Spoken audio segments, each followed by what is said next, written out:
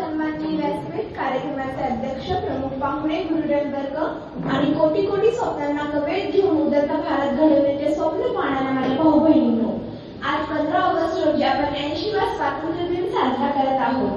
स्वातंत्र्याची ज्योत निर्माण करणारे छत्रपती शिवाजी महाराज आणि त्या स्मृतीचे असंख्य ठिणग्यात रूपांतर करून मातृभूमीला स्वातंत्र्यासाठी बलिदान देणाऱ्या क्रांतिकारकांना विनम्र अभिवादन करून मी आर्या गोविंदातर्फे इयत्ता 7वी माझ्या भाषणाला सुरुवात करते.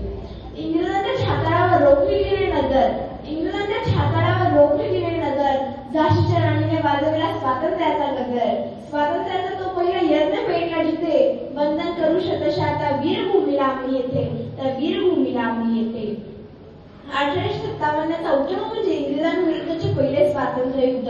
हे युद्ध 15 ऑगस्ट 1947 च्या भारताचा एक भक्कम पाया होते. स्वातंत्र्य म्हणजे फक्त 14 ऑगस्टच्या रात्री झालेल्या 2 काव्यांवरील स्नेह नसून प्रचंड प्रयत्न, कित्येक महापुरुषांचे, क्रांतिकारकांचे, वीरमरण, संघर्ष, आंदोलने, तुरुंगवास असून प्रत्येकाने स्वातंत्र्यासाठी काही ना काही योगदान होते. कतरा कतरा खून दिया था, कतरा कतरा खून दिया था और जवानी जुनून दिया था. खड़े अंग्रेज मारे नहीं थे तो गोलियों से भून दिया था.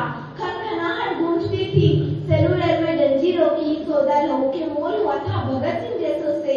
बेटे लटके थे फंदों पर, आजादी की डोली उठी कुर्बानी के कंधों पर, कुर्बानी के कंधों पर. आज स्वातंत्र्याचा नवा जरी संपला असला तरी राष्ट्र उभारणीचा संघर्ष आजही सुरूच आहे.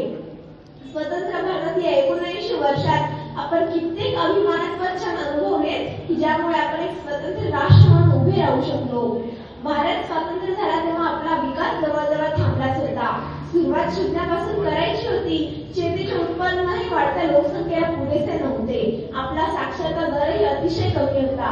1990 पर्यंत म्हणजे जवळजवळ 40 वर्ष भारताला जागतिक बाजारपेठेत बनली होती. 1991 मध्ये तर फक्त 3 आठवडे पुढे इतकेच परकीय चलन शिल्लक होते. भारतीय अर्थव्यवस्था ही मंदीच्या कचाट्यात सापडली होती. पण याच मंदीचे संधीत रूपांतर करून आपण आपली अर्थव्यवस्था आंतरराष्ट्रीय स्तरावर खुली गेली. त्याचा सकारात्मक परिणाम आपल्या अर्थव्यवस्थेवर झाला आणि आज आपण जगातील 4थ्या क्रमांकाची अर्थव्यवस्था आहोत. प्रत्येक समस्येवर मार्ग काढत आज आपण one of the fastest developing country आहोत. आज विविध क्षेत्रांमध्ये आपण धाडसाने वाटचाल करत आहोत. 8 जून 1948 रोजी आपण पहिले भारतीय प्रवासी विमान लंडनला रवाना करून आपला आंतरराष्ट्रीय विमान सेवेचा प्रवास सुरू केला. हरित क्रांती, धवल क्रांती, नील क्रांती, पीत क्रांती आणि 1980 च्या नील क्रांतीमुळे तर भारत जगातील 2ऱ्या क्रमांकाचा मत्स्य उत्पादक देश ठरला. अंतरिक्ष क्षेत्रातील आपली वाटचाल ही 1975 च्या आर्यभट्ट प्रक्षेपणापासून सुरू झाली. 2013 आणि 2022 च्या चंद्रयान मोहिमेत, मंगळयान मोहिमेत आपण प्रथमच प्रयत्नात मंगळावर पोहोचणारा विश्वातील एकमेव देश ठरलो. आपल्या यशस्वी चंद्रयान मोहिमा 2017 मध्ये तर 104 उपग्रह वेगवेगळ्या ऑर्बिटमध्ये स्थापित करून आपण विश्वविक्रम केला. याचबरोबर समुद्रयानाद्वारे 6000 मीटर खोल समुद्रात जाऊन आपण संशोधन केले. अणुचाचणी यशस्वी करून ऑपरेशन शक्ती खऱ्या अर्थाने शक्तिशाली करून दाखवलं.